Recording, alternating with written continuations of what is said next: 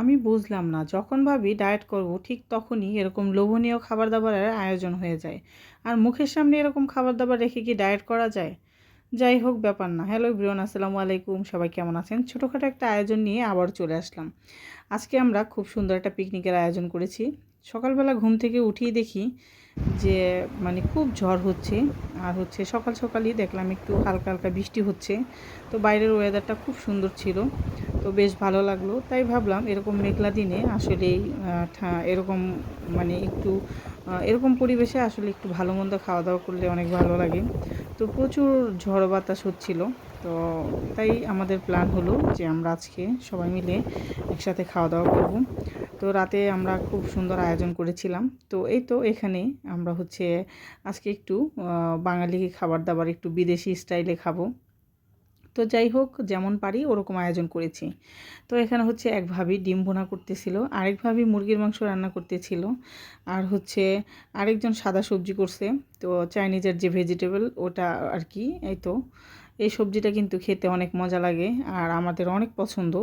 তো বাচ্চা কাচ্চা খেতে চাচ্ছিল, তাই ভাবলাম যে ঠিক আছে আজকে আমরা ওদের পছন্দ অনুযায়ী রান্না করি। আর এখানে কিন্তু এই যে রাইসটা কিন্তু গাজর মটরশুঁটি তারপরে হচ্ছে পেঁয়াজ পাতা সব কিছু দিয়ে খুব সুন্দরভাবে ফ্রাইড রাইস করেছিলাম। তো ফাইনালি আমাদের রান্নাবান্না সব কিছু শেষ, আর এখন হচ্ছে আমাদের খাবার দাবার পরিবেশনের পালা। তো এই তো আমাদের ছোটোখাটো আয়োজন খুব সুন্দর হইলো। তো সবাই মিলে আসলে খুব সুন্দর করে রান্নাবান্না করলাম। আর এই দিনগুলা খুব আনন্দে কাটলো, আর খুব মনে থাকবে একটা সময় যে দিনগুলো আমরা কিভাবে কাটালাম।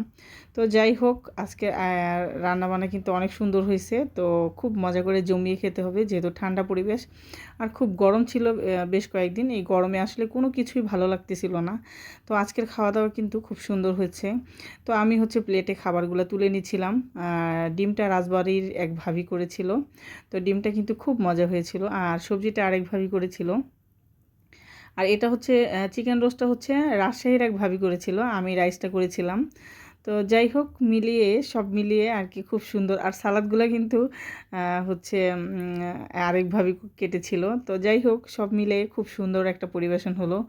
আর হচ্ছে খাওয়া দাওয়া খুব মজা করে করলাম। আর প্রতিটা খাবার আসলে খুবই মজা হয়েছিল, একদম পারফেক্ট হয়েছিল। তো আসলে আমরা কেউই ওরকম হয়তো বা রাঁধুনি না, তারপরও আর কি সাধ্য অনুযায়ী চেষ্টা করেছি ভালো করার। তো সবার রান্নাই খুব মজা হয়েছিল। ডিম ভুনাটা বিশেষ করে খুবই মজা হয়েছিল। তারপরে রোস্টের কথা কি বলবো, রোস্টটা তো অনেক মজা হয়েছিল, একদম আমার কাছে মনে হয় স্বাদ লেগে আছে মুখে। তো খুবই ভালো লাগলো। তো আমাদের আজকের ভিডিওটা কেমন লাগলো অবশ্যই লাইক কমেন্ট করবেন, আমার পেজের পাশেই থাকবেন। আর হচ্ছে এরকম ভিডিও দেখতে হলে অবশ্যই কমেন্ট করবেন। সবাই ভালো থাকবেন, সুস্থ থাকবেন। আল্লাহ হাফেজ।